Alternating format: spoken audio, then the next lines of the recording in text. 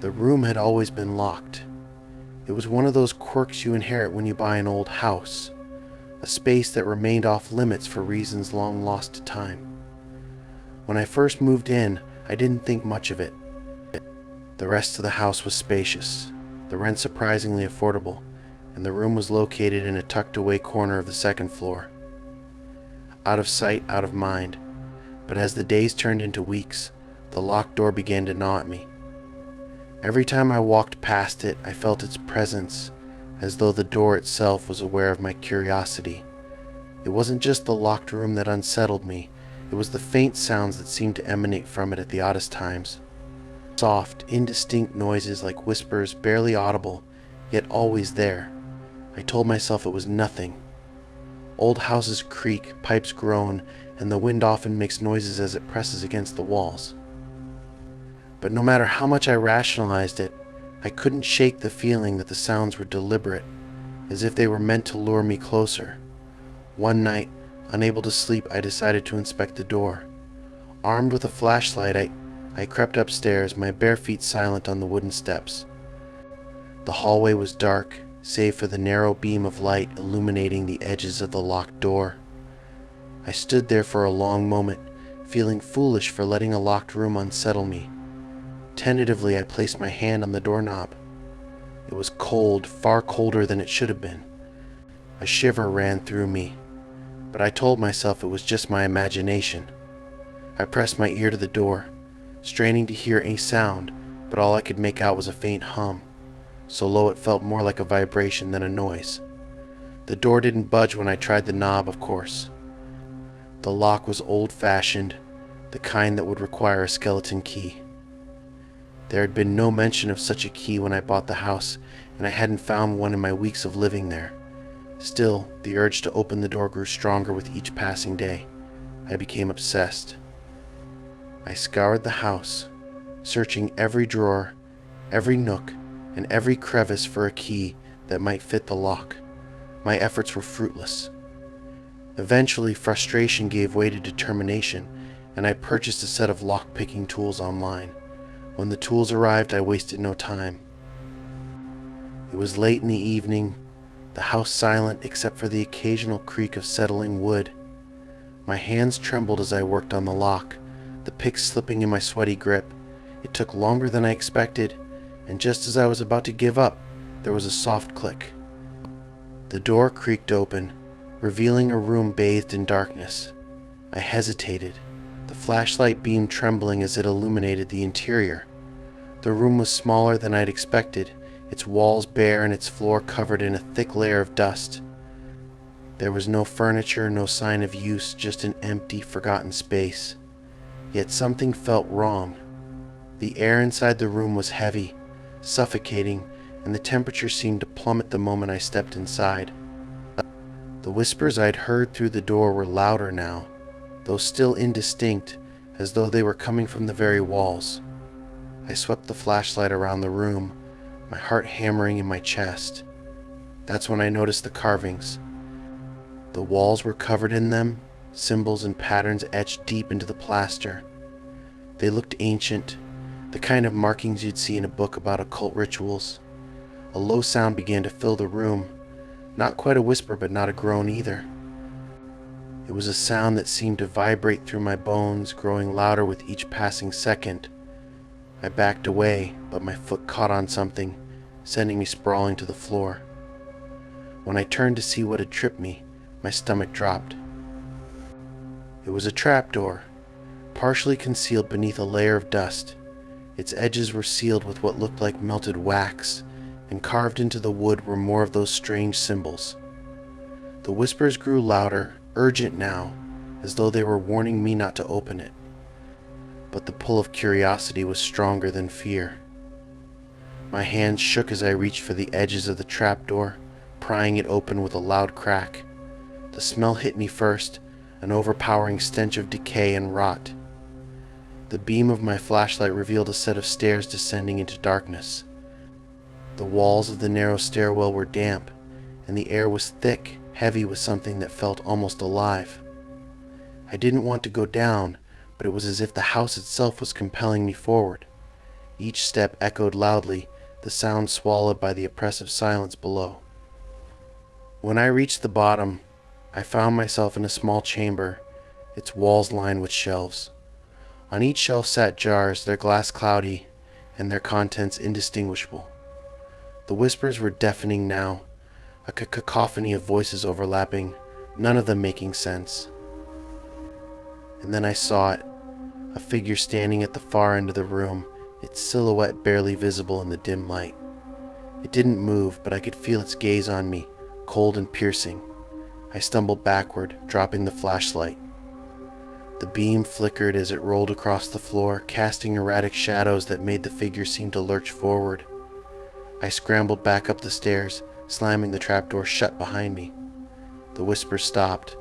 The house was silent again, but the silence was worse. It was as though the entire house was holding its breath, waiting for something. I fled the room, slamming the door behind me and locking it with shaking hands.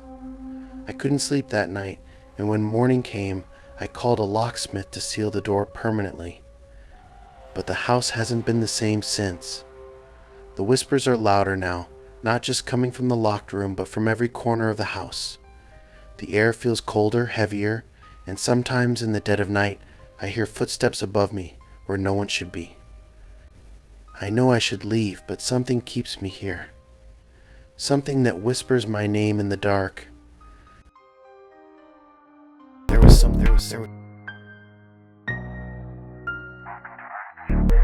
When I first moved into the brownstone, it was the hidden details that captured my attention: crown molding worn smooth by time, warped wooden floors that sang underfoot, and the peculiar brass key left behind by the previous owner.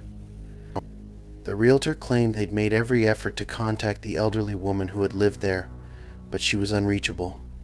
The key, they said, was likely for an old cabinet or chest that had since been removed. The key, however, had a peculiar weight to it, and its ornate design didn't seem suited to something as mundane as furniture. It didn't take long to figure out what it unlocked.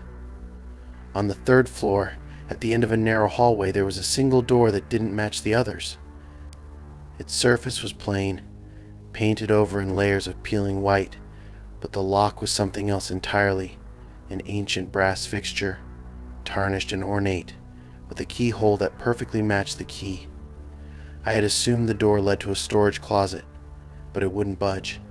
I had tried to open it once with no success, and after a while the mystery of it faded to the background.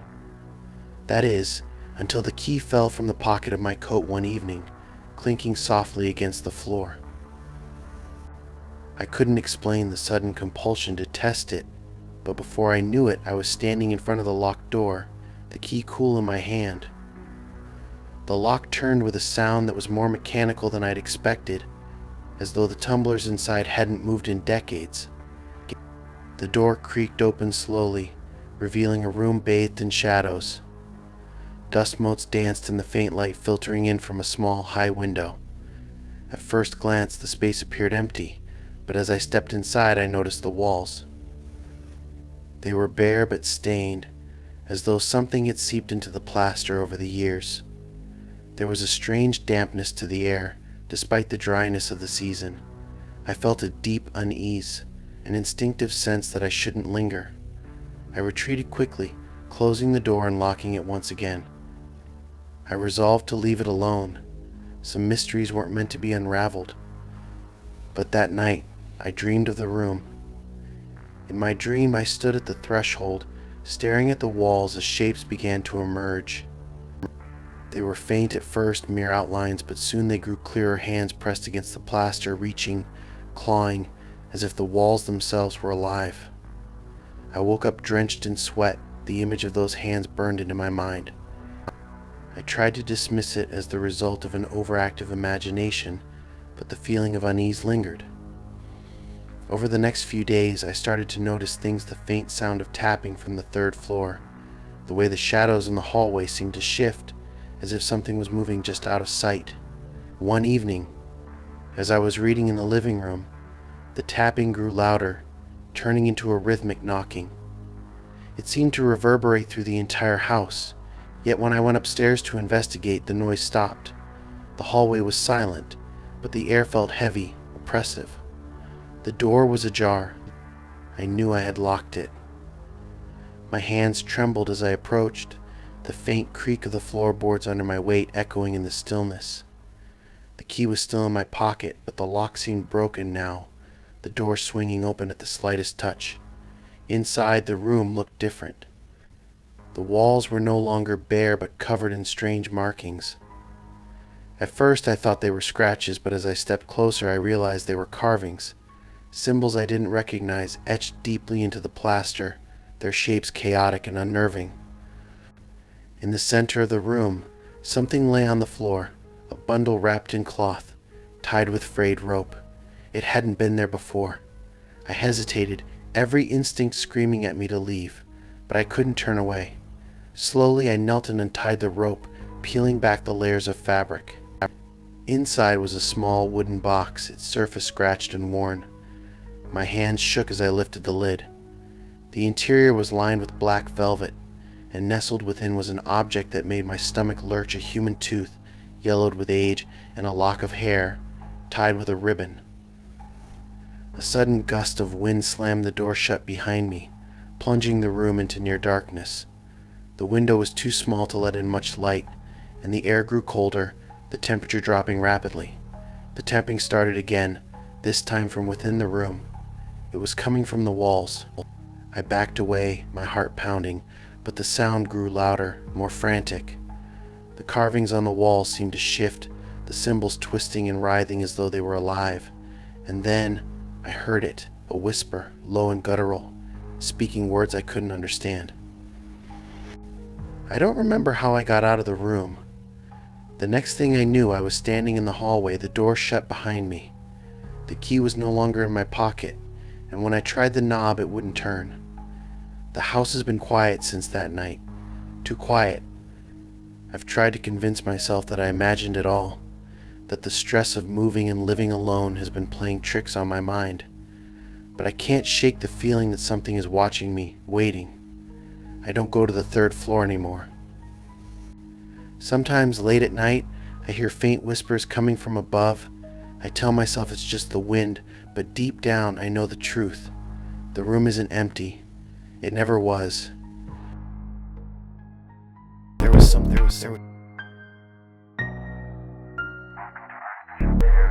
When I first rented the old Victorian flat, its quirks felt charming, like an echo of a bygone era. Stained glass windows fractured sunlight into shimmering rainbows. The wooden floors beneath my feet seemed to hum with history. Yet tucked away in a far corner of the sitting room stood a cabinet, locked, sealed, and incongruously foreboding. It didn't fit with the charm.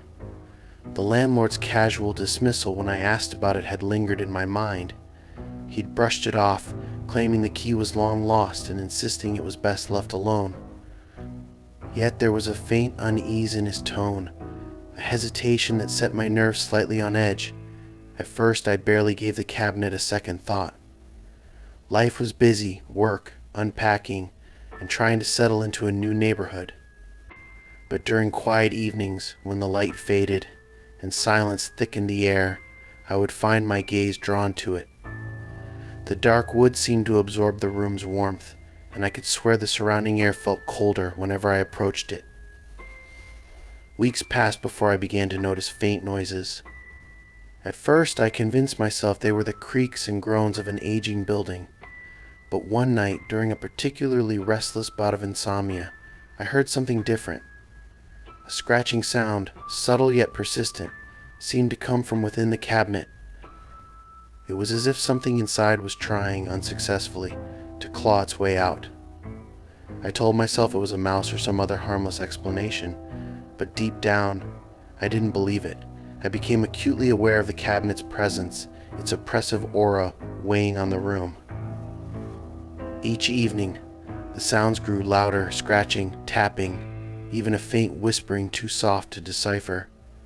The breaking point came during a stormy night. Rain lashed against the windows and thunder rolled in the distance.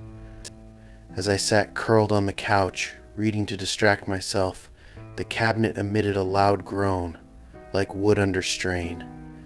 My book slipped from my hands as I froze, staring at it. The sound wasn't random. It felt deliberate. Fueled by a mix of fear and curiosity, I grabbed a flashlight and a set of tools. The lock was old, rusted, and reluctant to budge. It took significant effort, but eventually I managed to pry it open. As the door swung wide, a stale, musty smell spilled out. Inside, the cabinet appeared empty, but the flashlight revealed something odd. The back panel wasn't solid. Slats formed a vent-like barrier, and behind them lay an impenetrable darkness. A chill crept over me, raising goosebumps on my skin. I reached out to touch the slats, my fingers trembling. The moment my fingertips brushed the wood, the whispering began again, no longer faint but close, intimate, as if someone were murmuring directly into my ear. The words were incomprehensible, but their tone carried a menacing intent. I recoiled, slamming the cabinet shut with more force than necessary. My hands shook as I draped a blanket over it, as though covering it could hide the unnatural presence I now knew existed within. That night, sleep eluded me entirely. Over the following days, the whispers didn't stop. They grew louder, more insistent, sometimes accompanied by the unmistakable sound of movement, shifting, sliding, as though whatever lurked inside was becoming restless. Soon, the cabinet began to invade my dreams. In these vivid nightmares, I would find myself standing before it, compelled to open the doors. Each time, the slats at the back would split open, revealing not empty darkness, but a pair of glowing eyes and clawed hands reaching for me. I always woke drenched in sweat, the phantom sensation of cold claws lingering on my skin. One night, as I lay awake in bed, straining to hear any sounds from the cabinet, I felt a heavy presence in the room. The air grew thick, almost suffocating, and a low creak echoed through the silence. The cabinet doors, which I had firmly shut earlier, were now ajar. Terror rooted me to the bed. My rational mind insisted it was impossible, that I had simply forgotten to close them, but my instincts screamed otherwise. My ears caught the faintest sound of something moving across the floor, low, deliberate, and far too heavy to be a mouse. I didn't dare move, afraid that even the sound of my breathing might draw attention. My heartbeat thundered in my chest, and I squeezed my eyes shut, praying for it to go away. After what felt like an eternity, the sensation of being watched faded, and the room returned to its oppressive silence. The next morning I packed my belongings. I didn't care about losing the deposit or finding a new place on short notice. I couldn't stay there another night. The landlord seemed unsurprised when I handed over the keys, his expression a mixture of guilt and relief. Even now, weeks later, I can't escape the memories. In the quiet of my new apartment, I sometimes hear faint whispers or catch shadows moving where they shouldn't be. I tell myself it's my imagination, a lingering paranoia from that cursed cabinet. But deep down I know the truth. Some things aren't meant to be opened, and some presences once unleashed refuse to stay behind.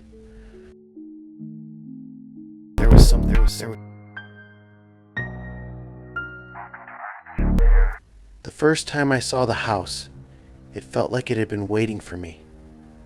The towering structure stood at the edge of town, its paint peeling, and its windows clouded by years of neglect. The rent was suspiciously low, but I chalked it up to its isolation and age. I had been desperate for a fresh start, and the house seemed to offer that, cheap, quiet, and entirely unremarkable.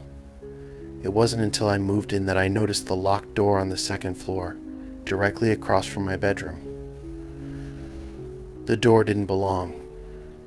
Every other door in the house had ornate brass handles, their designs elaborate and antique, but this one had a plain, modern knob fitted with a heavy-duty deadbolt. The mismatched design nagged at me, a small detail that felt like an intentional warning. When I asked the landlord about it, his response was evasive.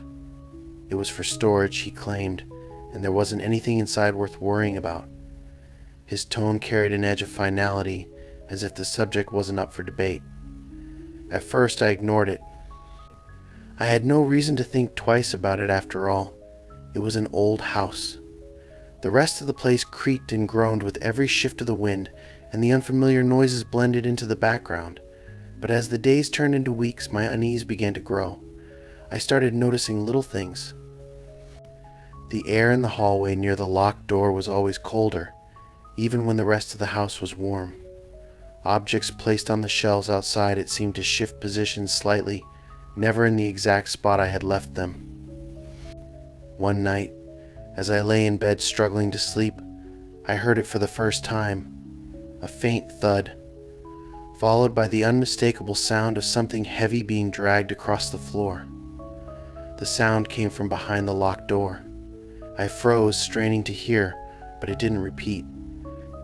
I tried to convince myself it was nothing, that perhaps it was just the old floorboards settling or a rodent scurrying through the walls. Yet my rationalizations offered little comfort. The following nights brought more noises. Soft tapping sounds, rhythmic and deliberate, echoed from behind the door. Sometimes there was a muffled whisper, just faint enough to be indecipherable but persistent enough to send shivers down my spine. I began to dread the nights, lying awake in a house that felt increasingly alive. During the day I tried to shake off the unease, though it wasn't easy. I examined the locked door closely, looking for any clue that might explain the sounds. The scratches around its edges were what unsettled me the most. They were faint but unmistakable, as though something had clawed at the door, desperate to get out. The marks were old, the wood worn smooth around them, but they added a layer of dread I couldn't ignore. Curiosity got the better of me. I bought a flashlight and a set of tools, telling myself I only wanted to see what was inside. Perhaps there was a rodent infestation, or maybe an old heating system was making the noises. Anything, I thought, would be better than the unknown. That night the storm came. Thunder rattled the windows, and the wind howled as rain lashed against the house. The noises behind the door grew louder, more insistent. Thuds, dragging sounds, and now a low, guttural moan that seemed to vibrate through the walls. My fear had reached its peak, but so had my resolve. I couldn't live with the mystery any longer. Gripping the tools tightly, I approached the door. My hands trembled as I worked at the deadbolt, each twist of the screwdriver feeling like a point of no return. The storm outside seemed to quiet, as if the house itself were holding its breath. Finally, the lock gave way with a soft click, and the door creaked open. The air inside was frigid, heavy with an unnatural chill that made my breath fog. The beam of my flashlight swept across the room, revealing furniture draped in dusty sheets and walls lined with peeling wallpaper. At first, it seemed like nothing more than an abandoned space, untouched by time. Yet, as I stepped inside, the oppressive atmosphere deepened. On the far wall stood an antique wardrobe, its doors slightly ajar. Something about it demanded my attention, as though it were the source of the room's wrongness. I hesitated, every instinct screaming at me to leave, but I couldn't resist the pull. As I approached, the wardrobe creaked, the sound loud in the otherwise silent room. Opening the doors, I found nothing but an old mirror hanging on the back panel. Its surface was coated in dust, but when I wiped it clean, the reflection it revealed wasn't my own. Instead, it showed the room as it might have been decades ago, pristine and orderly, with vibrant wallpaper and gleaming furniture. In the center of the reflected room stood a figure. The woman was pale, her hollow eyes fixed on me, though her face in the mirror didn't move. Her lips twisted into a smile, grotesque and wrong. I stumbled back, dropping the flashlight. The mirror began to hum, a low, resonant sound that seemed to reverberate through my chest. Before I could react, the wardrobe door slammed shut with a force that shook the floor. The flashlight flickered and died, plunging the room into complete darkness. The whispers returned, louder now, a chaotic chorus that surrounded me. I groped for the door, my heart hammering in my chest, but the room felt disorienting, as though the walls were shifting. When I finally found the door, it wouldn't budge. The whispers grew deafening, drowning out my panicked breathing. Then, just as suddenly as they had started, the noises ceased. The door swung open and I fell into the hallway. Behind me, the door slammed shut, the deadbolt clicking into place on its own. I fled the house that night, abandoning everything I owned. I never returned, never looked back.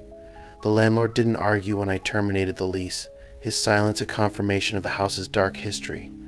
Even now, in the safety of my new apartment, the experience lingers.